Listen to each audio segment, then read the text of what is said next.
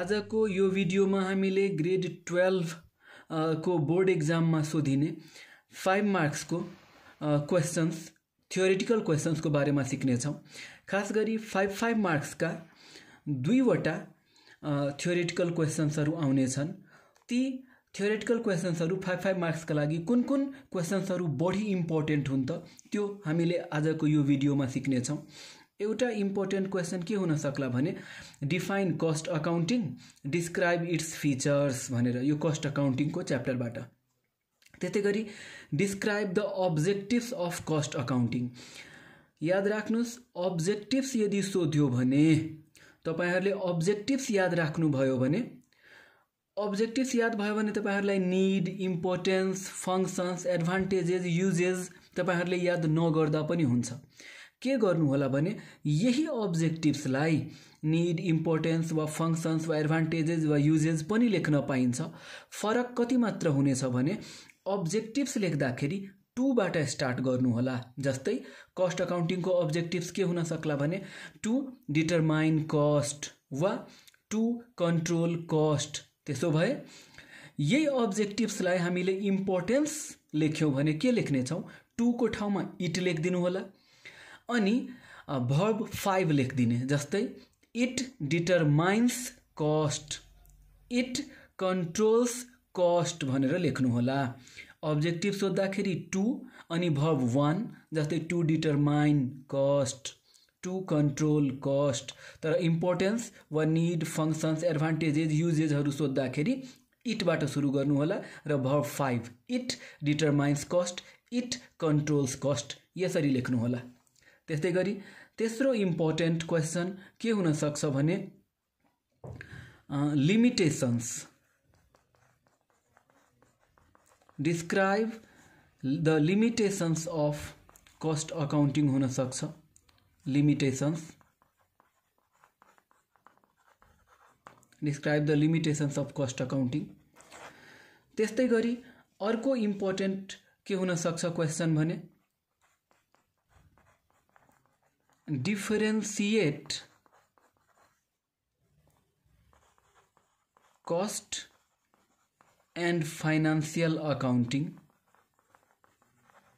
यो भनेको cost accounting र फाइनान्शियल अकाउन्टिङको बीचको डिफरेन्सेसहरू लेख्नुस् भनेर भन्न खोजेको हो। 5 वटा लेख्नु पर्ने हुन्छ यदि 5 मार्क्समा सोध्यो भने। यो क्वेशनहरू बढी इम्पोर्टेन्ट। त्यस्तै गरी अझै इम्पोर्टेन्ट सोध्नुहुन्छ भने फाइनान्शियल अकाउन्टिङको मिनिङ, फाइनान्शियल अकाउन्टिङको चाहिँ मिनिङ लेखेपछि यसका के त भन्दाखेरि अब्जेक्टिभ्स याद गर्नु पर्ला। अब्जेक्टिभ्स, फाइनान्शियल अकाउन्टिङका अब्जेक्टिभ्स डिस्क्राइब गर्नुपर्ने हुन्छ। त्यस्तै गरी लिमिटेशन्स पनि डिस्क्राइब गर्नुपर्ने हुन्छ। यो पनि सोधिन सक्छ। अर्को एउटा मेटेरियल कन्ट्रोल भन्ने च्याप्टरबाट मेटेरियल कन्ट्रोलको मिनिङ, मेटेरियल कन्ट्रोलको चाहिँ मिनिङ, त्यस्तै गरी यसका अब्जेक्टिभ्सहरू 5 वटा कम्तीमा याद राख्नुपर्छ। र एउटा अर्को क्वेशन के हुन सक्ला भने भन्छ describe material purchasing and receiving procedures. Material किन्ने बेलाको वा रिसिभ गर्ने बेलाको के प्रोसेसहरू हुन्छ त त्यो डिस्क्राइब गर्नलाई पनि 5 मार्क्समा आइदिन सक्छ। 5 मार्क्सको लागि हो डिस्क्राइब गर्नुपर्ने हुन्छ है, याद राख्नु होला। यो क्वेशनहरू 5 मार्क्समा। यदि मैले एउटा अझै यहाँ थप दिने हो भने एउटा के हुन सक्ला भने describe the methods of costing. कस्टिङका मेथडहरू हुन्छन्, different method. Job costing, contract costing, यस्ता कस्टिङहरू। यी क्वेसन्सहरू अलि बढी इम्पोर्टेन्ट हुन् 5 मार्क्सको लागि। यो कस्ट अकाउन्टिङ र मेटेरियल कन्ट्रोल च्याप्टरबाट भयो। अब एउटा छ हाम्रो कम्प्युटराइज्ड अकाउन्टिङवाला च्याप्टर। त्यो च्याप्टरबाट पनि केही 5 मार्क्सकै लागि फेरि अर्को इम्पोर्टेन्ट क्वेसन्सहरू केहीवटा म लेखिदिउँ। त्यो कम्प्युटरवाला च्याप्टर जुन अन्तिम च्याप्टर तपाईहरुले पढ्ने गर्नु भएको छ, त्यो च्याप्टरबाट इम्पोर्टेन्ट क्वेसन्सहरू के हुन्छ भने, पहिलो त कम्प्युटराइज्ड अकाउन्टिङ सिस्टमको मिनिङ, यसको चाहिँ मिनिङ, त्यस्तै गरी यसका फीचर्स भन्नाले क्यारेक्टरिस्टिक्स पनि हो, नबिर्सिनु होला। यो फीचर्स डिस्क्राइब गर्नुपर्ने हुन्छ 5 मार्क्सको लागि। 5 वटा फीचर्स डिस्क्राइब गर्ने गरी याद गर्नु होला। त्यस्तै गरी elements of computerised accounting system, यो पनि 5 वटा डिस्क्राइब गर्ने गरी याद राख्नु होला। मिनिङ याद राख्नु पर्यो, मिनिङ त 2 लाइनको याद राखे पनि भयो। फीचर्स 5 वटा डिस्क्राइब गर्ने गरी याद गर्नु होला। एलिमेन्ट्स 5 वटा डिस्क्राइब गर्ने गरी याद गर्नु होला। त्यस्तै गरी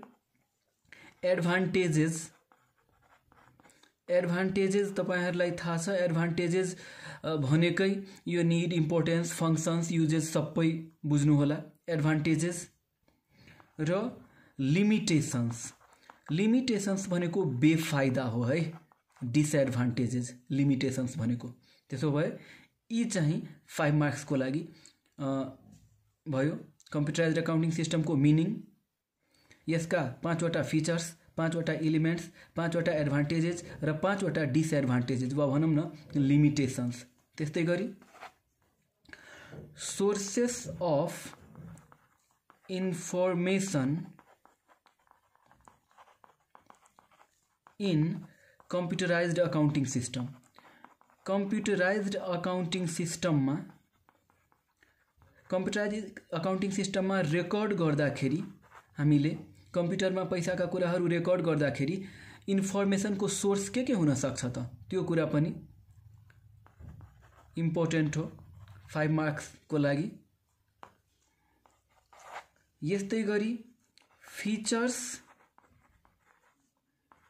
अफ अकाउन्टिङ सफ्टवेयरका क्यारेक्टरिस्टिक्सहरू, यो पनि 5 मार्क्सको लागि हो। 5 वटा भन्दा कम पोइन्ट नलेख्नु होला डिस्क्राइब गर्ने गरी। अर्को यही भनौँ न नीड वा युज अफ अकाउन्टिङ सफ्टवेयर, पक्कै पनि अकाउन्टिङ सफ्टवेयर। त्यस्तै गरी म तपाईहरुको लागि कतिवटा अझै एउटा अर्को लेखिदिउँ। युज अफ ट्याली भन्ने हुन्छ software. Use of tally software in accounting हो। कम्प्युटराइज्ड अकाउन्टिङ सिस्टम भन्ने च्याप्टरबाट यो 5 मार्क्समा यिनीहरू अलि बढी इम्पोर्टेन्ट हुन्। यति मध्येबाट एउटा 5 मार्क्सको लागि, यति मध्येबाट एउटा 5 मार्क्सको लागि आउन सक्ने चान्स एकदम हाई हुन्छ। हामीले 2 मार्क्सको जुन थ्योरी एउटा आउँछ त्यसको लागि पनि इम्पोर्टेन्ट क्वेसन सिक्नेछौँ र 1 मार्कवाला पनि केही इम्पोर्टेन्ट क्वेसन्सहरू म तपाईहरुको लागि रेडी गर्नेछु। Thank you very much.